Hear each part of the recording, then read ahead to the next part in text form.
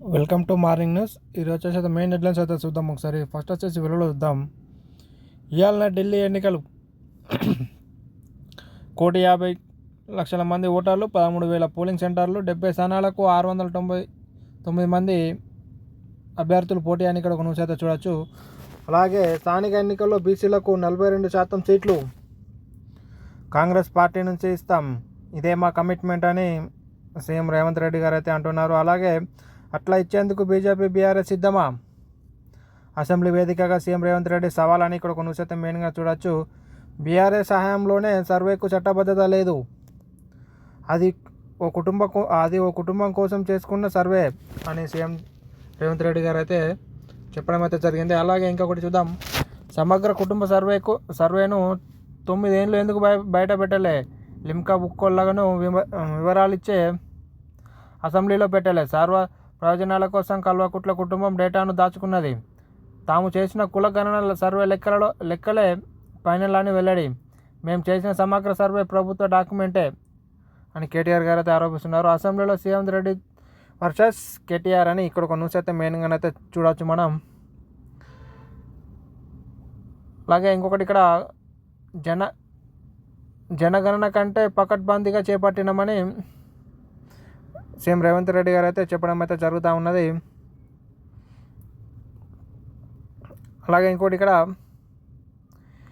జనగణన కంటే పకడ్బందీగా కులగణన సర్వే చేశామని సీఎం రేవంత్ రెడ్డి అన్నారు. రాష్ట్రంలో ప్రతి ఇంటికి స్టిక్కర్ అతికించారని ఒక ఎన్యూమరేటర్ రోజుకు 10 ఇండ్ల కంటే ఎక్కువ సర్వే చేయలేదని సీఎం రేవంత్ రెడ్డి గారు అయితే చెప్పడం జరుగుతున్నది. అలాగే ఇంకొకటి ఇక్కడ చూద్దాం. ఎస్సీ వర్గీకరణకు చట్టబద్ధత, భవిష్యత్తులో సమస్యలు రాకుండా జీవోలు తెస్తాం. తెలంగాణ సోషల్ జస్టిస్గా డేగా ఫిబ్రవరి 4. అసెంబ్లీలో సీఎం రేవంత్ రెడ్డి ప్రకటన. ఎస్సీలో 59 ఉపకులాలకు ఏకసభ్య కమిషన్ గుర్తించింది. వీళ్లను 3 గ్రూపులుగా చేసి 15% రిజర్వేషన్లను పంచింది. గ్రూప్ 1లోని కులాలకు 1%, గ్రూప్ 2లోని వాటికి 9%, గ్రూప్ 3లోని కులాలకు 5% రిజర్వేషన్లు కేటాయించిందని వెల్లడించారు. క్రిమిలేయర్ విధానాన్ని కమిషన్ సిఫారసు చేసిన కేబినెట్ ఆమోదించలేదన్న ముఖ్యమంత్రి అని కూడా చూడవచ్చు. ఎస్సీ వర్గీకరణకు మండలి ఆమోదం, తీర్మానం ప్రవేశపెట్టిన డిప్యూటీ సీఎం అని కూడా న్యూస్ అయితే చూస్తూ ఉన్నాం. అలాగే ఎస్సీలకు 20% రిజర్వేషన్లు ఇవ్వాలి. కులగణన సర్వేలో తేలిన మాదిగల లెక్కలు బయట పెట్టాలని వెంకటస్వామి గారు అయితే అంటున్నారు. వెంకటస్వామి గారు అయితే అంటున్నారు. మాలల ఆత్మగౌరవం కోసమే సింహగర్జన సభ పెట్టినాం. మాదిగ నీళ్లకు కార్పొరేషన్లు పెట్టాలని విజ్ఞప్తి అని ఇక్కడ ఒక న్యూస్ అయితే చూడొచ్చు మనం. ఇంకోటి చూసుకున్నట్టయితే ఇక్కడ ఇంకోటి, లెక్కలన్నీ ఇంత స్పష్టంగా ఉంటే రాద్ధాంతం ఎందుకు? బీఆర్ఎస్ బీజేపీపై మంత్రి ఉత్తమ్ పైర్. బీఆర్ఎస్ సర్వేలో ఓసీలు 21%, మన సర్వేలో 15% తగ్గింది. 2014లో బీసీ జనాభాను 15% చూపితే కులగణన సర్వేలో ఆ సంఖ్య 56% పెరిగింది. అనుమానాలు ఉంటే నివృత్తి చేయడానికి రెడీ. ప్రజల్లో అనవసరంగా అపోహలు సృష్టించొద్దు. సర్వే రిపోర్టును అందరూ అందుబాటులోకి ఉంచుతామని వెల్లడి. అలాగే ఇంకొకటి ఇక్కడ, తీర్మానం చేస్తే సరిపోదు, కులగణనకు చట్టబద్ధత కల్పించాలి అని తలసాని శ్రీనివాస్ యాదవ్ అయితే అంటున్నారు. బీసీల లెక్కలపై అనుమానాలు ఉన్నాయి. జిహెచ్ఎంసీలో 30% మంది సర్వేలో పాల్గొనలే, మళ్ళీ సర్వే చేయాలని డిమాండ్ అని ఇక్కడ కొన్ని న్యూస్ అయితే మెయిన్గా చూడవచ్చు. ఇంకొకటి ఇక్కడ, బీసీ లెక్క తగ్గించిండ్రు, ప్రభుత్వ లెక్కలను జనాభా లెక్కలకు పొందనలేదు. బీజేపీ ఎమ్మెల్యే పాయల్ శంకర్ విమర్శ. కులగణన సర్వే పక్కన చక్కగా చేయలేదని వ్యాఖ్యాన్ని ఇక్కడ న్యూస్ అయితే మనం చూస్తూ ఉన్నాం. అలాగే ఇంకొకటి ఇక్కడ, ఆధార్లో 3,80,00,000 మంది కోట్లు ఉంటే కులగణనలో 3,70,00,000 అని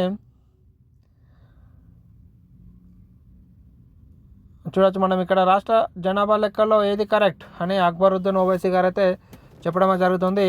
ఏటా టూల్స్ వాడి డేటాను అసెస్ చేయొచ్చు కదా. సర్వేలో కేవలం ముస్లిం మైనారిటీలనే చేర్చారు.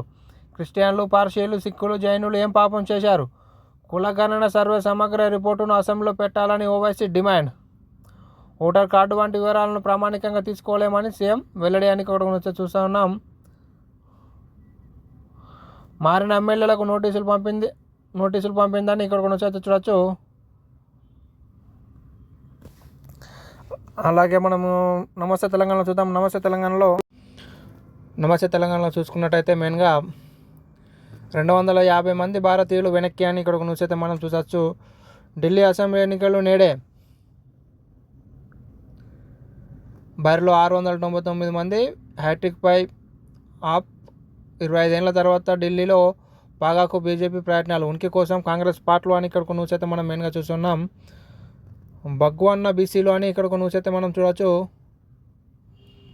అలాగే BC quota over to Delhi అని ఇక్కడ ఒక మెయిన్ హెడ్లైన్స్ అయితే ఇవ్వడం జరిగింది.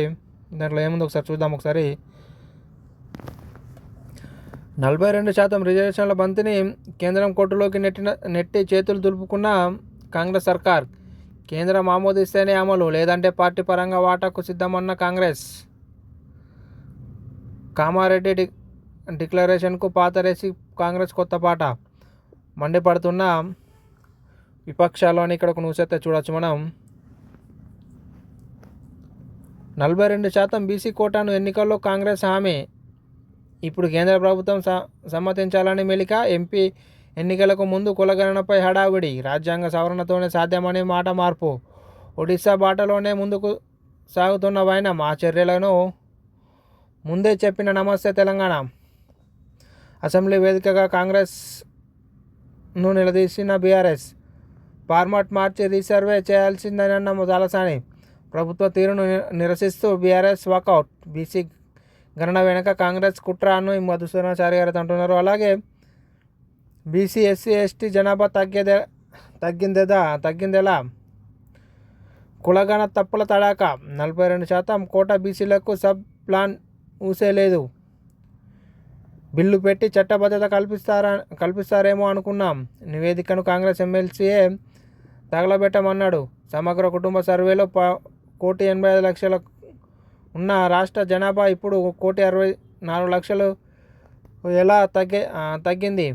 అసెంబ్లీలో కులగణనపై చర్చ సందర్భంగా కేటీఆర్ అని ఇక్కడ కొనుసైతే మనం మెయిన్గా చూడవచ్చు.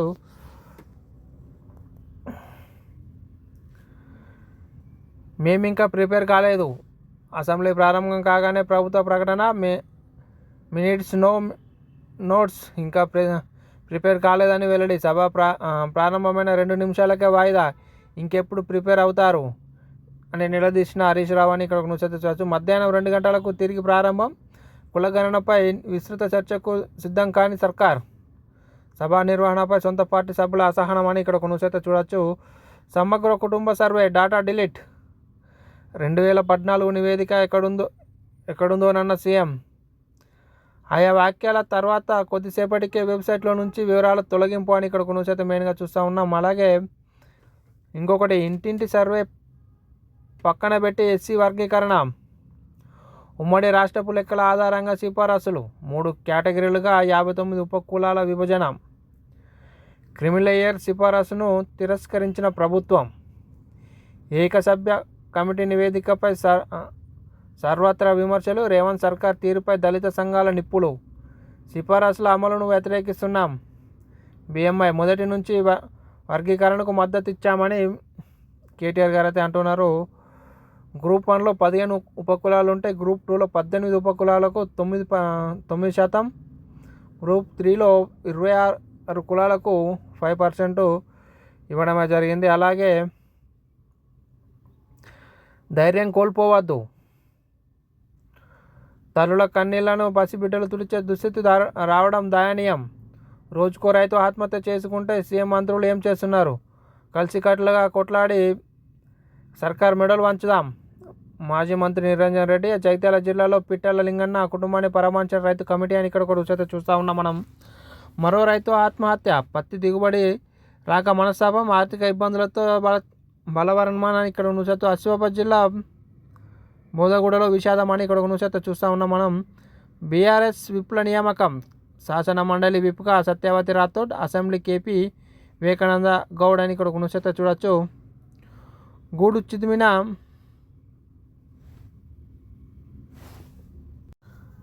గూడు చిదిమిన బుల్డోజర్, రాచకొండలో 29 నివాసాల తొలగింపు, బైపాస్ రోడ్డు కోసం బలవంతంగా కూల్చివేత, బాధితులు అడ్డుకున్న కనికరించని అధికారులు, పిల్లలను సైతం అదుపులోకి తీసుకున్న పోలీసులు అని ఇక్కడ ఒక నుసైతే చూడొచ్చు మనం ఇక్కడ.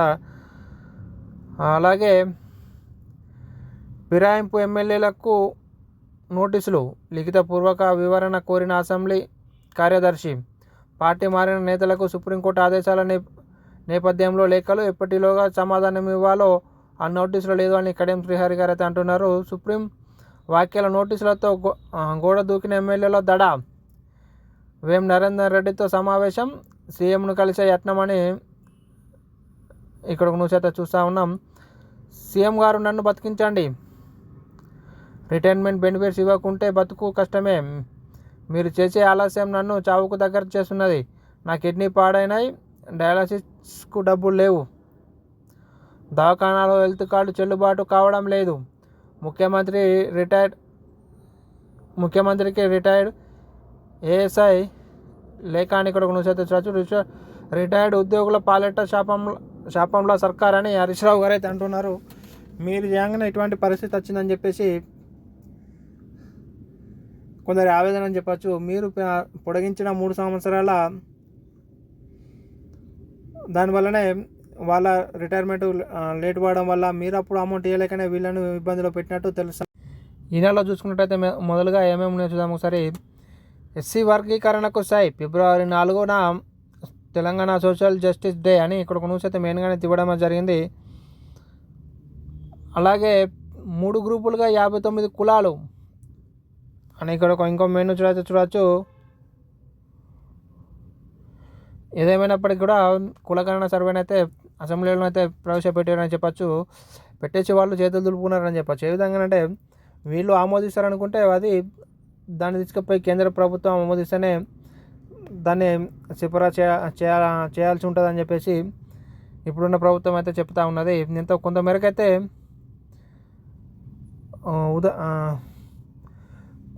కొంతమేరకు అయితే ఊరటనిచ్చే అంశమైనప్పటికీ కానీ అంత రిజర్వేషన్ బీసీలకు చెల్లుతుందా చెల్లదా అనే విషయం తర్వాత ముచ్చటది. ఇప్పుడు మందం ఏదో వీళ్ళైతే ఏదో చేసినామని గొప్పల చాడీలు చెప్పుకోవడం జరుగుతున్నది. రాష్ట్రానికి కొత్త రైల్వే ప్రాజెక్టులు లేనట్లే అని ఇక్కడ ఒక న్యూస్ అయితే మెయిన్గానే తివ్వడం జరిగింది. జేఈ మెయిన్ ప్రాథమికకి విడుదల, బీసీల జనాభా ఎందుకు తగ్గింది అని ఇంకొక న్యూస్ అయితే మనం చూస్తూ ఉన్నాం. ఒక్కొక్కరైతే ఒక్కొక్క రకంగానైతే విమర్శించడం అయితే జరుగుతూ ఉన్నది. కాంగ్రెస్లో చేరిన భాజపా ఎమ్మెల్యేలకు నోటీసులు, వాణిజ్య యుద్ధం తీవ్రమని ఇక్కడ ఒక న్యూస్ అయితే ఇంకో న్యూస్. పేదల కష్టాలు మీకేం తెలుసు అని నరేంద్ర మోడీజీ అయితే అంటున్నారు. ఈనాడులోనైతే అంత పెద్ద మ్యాటర్ అయితే ఏం కనిపించలేదు. దేశవ్యాప్తంగా కులగణన చేపట్టాలని అసెంబ్లీ సాక్షిగా తీర్మానించినట్టయితే తెలుస్తూ ఉన్నది. భారతీయులకు సెగ, అమెరికా నుంచి అయితే భారతీయులను అయితే పంపించడం అయితే జరుగుతూ ఉన్నది. ఏదేమైనప్పటికీ కూడా చాలామంది అయితే మన భారతీయులు అయితే ఇప్పటికీ ఒక 22 వేల మందిని అయితే పంపించే ప్రయత్నం అయితే చేస్తూ ఉన్నదని చెప్పచ్చు అమెరికా ప్రభుత్వం. అలాగే మరిన్ని వార్తల కోసం మా ఛానల్ని సబ్స్క్రైబ్ చేసుకుంటారని ఆశిస్తూ ఫ్యూచర్లో మరిన్ని అప్డేటింగ్ వీడియోల కోసం మా ఛానల్ని చూసి షేర్ చేస్తారని ఆశిస్తూ జై జవాన్ జై కిసాన్.